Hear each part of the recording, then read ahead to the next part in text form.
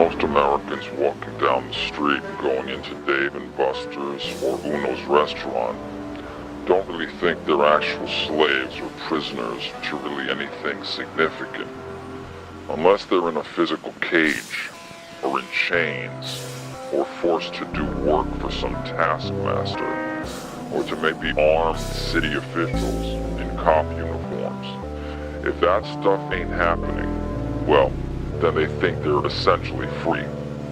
Even if they're tied to some things and aggravations, and life is sometimes hard, they don't think they're actual slaves, per se.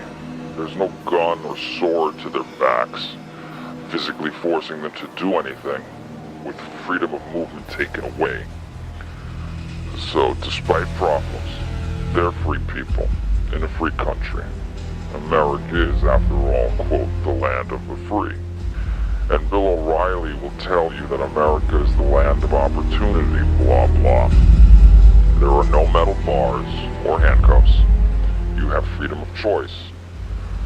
So the average person is not a slave, no matter what financial problem or situation he or she may be in. But that is wrong, ignorant, and dangerous thinking.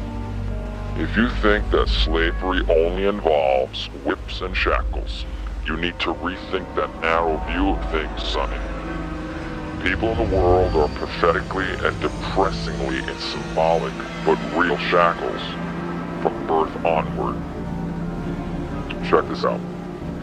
In the Judeo-Christian scriptures, doctrines, and traditions, all humans are slaves to sin, corruption, and death right from conception, right from the Father's loins, Adamic sin and ruin. That's one interesting and compelling way to view things, and fascinating. On a more secular and temporal level, humans are subject to flawed human rulerships, economies, and governments, and bankers. People think they're free, when the hard truth is that no one in this world is totally free. Everyone on the planet is a slave. And people's ignorance and blindness make the matter worse. As Johann Wolfgang von Goethe said, in famous words,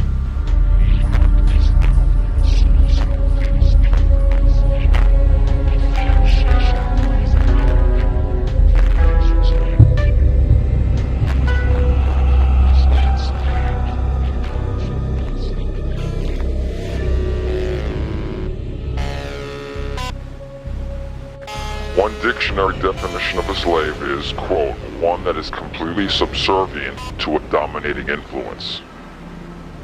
That's a good definition of it. Think about it. Today, millions of Americans are slaves of the system, and they don't even realize it. Debt is a form of slavery, and millions of Americans have become deeply enslaved to our debt-based financial system. When someone enslaves someone else, the goal of the master is to reap a benefit out of the slave. You don't want the slave to just sit there and collect dust, but you're using that person by force or coercion with no intention of paying him much, if anything. Today, most Americans have willingly shackled themselves to a system that systematically drains their wealth and transfers it to the very wealthy. Most of them don't even realize that they have been enslaved, even as the system sucks them dry. Just think about it. Where is the, quote, big money in the United States today? You know, like, where is a lot of it?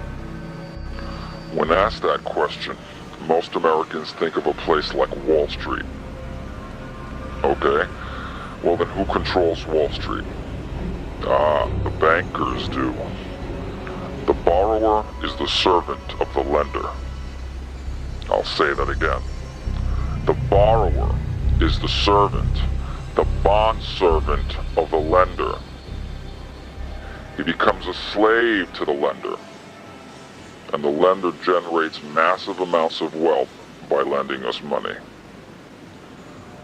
Okay, an example might help. Have you ever run up $5,000 of credit card debt?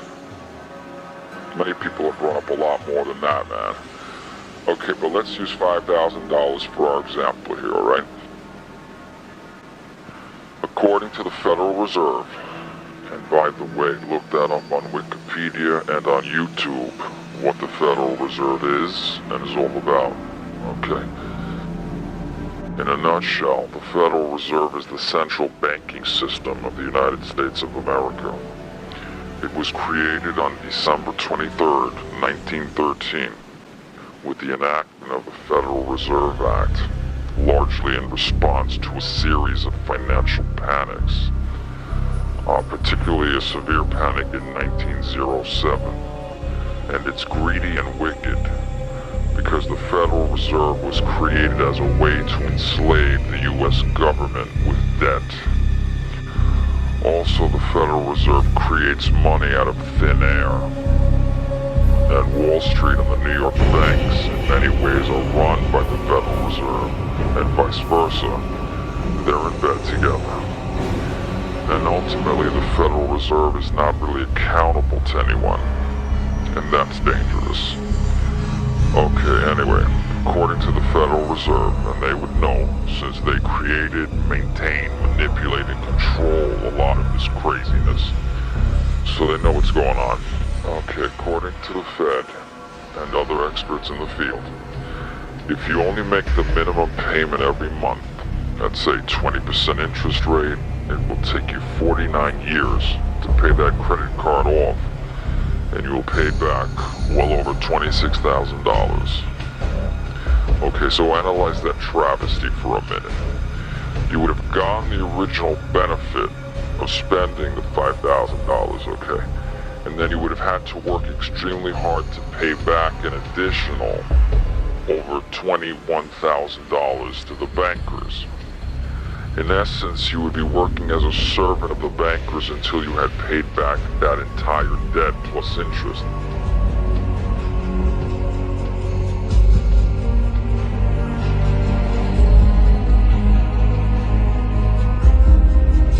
Lots and lots and lots of interest charges.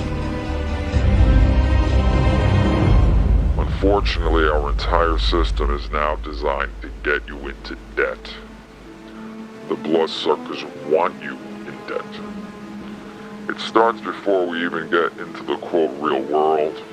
We're constantly told that we cannot get a quote good job without a college degree. But a college education is so ridiculously and horribly expensive these days that most of us cannot afford one without going into lots of debt. Wow, so the quote, you must go to at least 4-year college propaganda and Bill O'Reilly's blatherings and constant rhetoric will have the average person in debt even before that average person reaches 25. Come on, many of you know what I'm talking about. Do you have a pile of student loan debt? Many in America do. In fact, the total pile of student loan debt in the United States is now over $1 trillion. Try to wrap your mind around that figure, okay? Over $1 trillion. Unfortunately, when a lot of us graduated, we found out that the quote good jobs that we were promised simply were not there, despite what Bill O'Reilly tells us.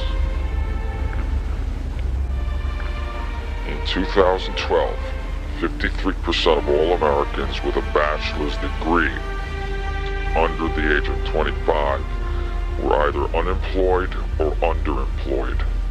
So yeah, you may get a job more likely if you graduated college, but many of them are crappy jobs, not even close to the level of what you trained for in expensive colleges. So many young adults are starting out life already enslaved to a gigantic pile of debt, but without a good job that will enable them to comfortably service that debt. The really quote lucky graduates from the top schools flock to Wall Street so that they can make lots of money running the debt-based financial system that is enslaving all the rest of us. Anyway, once young people leave school, there are lots of other, quote, debt traps to fall into. Once you get out into the, quote, real world, just about every major purchase is going to involve another pile of debt. You want a house? Yeah, you'll get some nice debt there. Research shows that mortgage debt as a percentage of US GDP has more than tripled since 1955. You want a car? Most people want or need an automobile. About 70% of all vehicle purchases in the US now involve at least some borrowed money. The majority of cars bought incur financial debt to the new owners. Consumer debt is particularly treacherous. Our stores are filled with very beautiful things, and it is really easy to buy a bunch of stuff and, quote, put it on plastic, credit cards. Since 1971 to 2013, the total amount of consumer debt in the United States has increased by 1,700%. Okay, that's 100 times 17.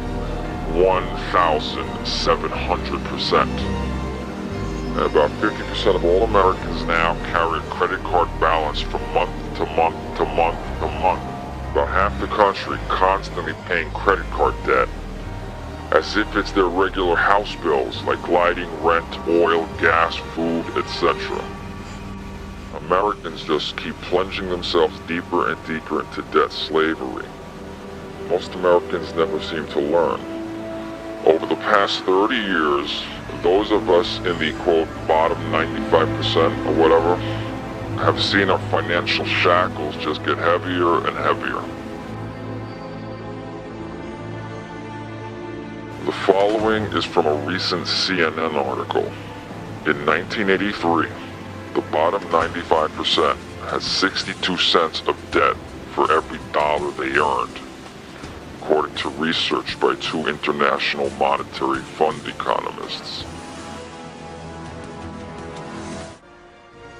But by 2007, the ratio had soared to $1.48 of debt for every $1 in earnings. They went past the zero mark.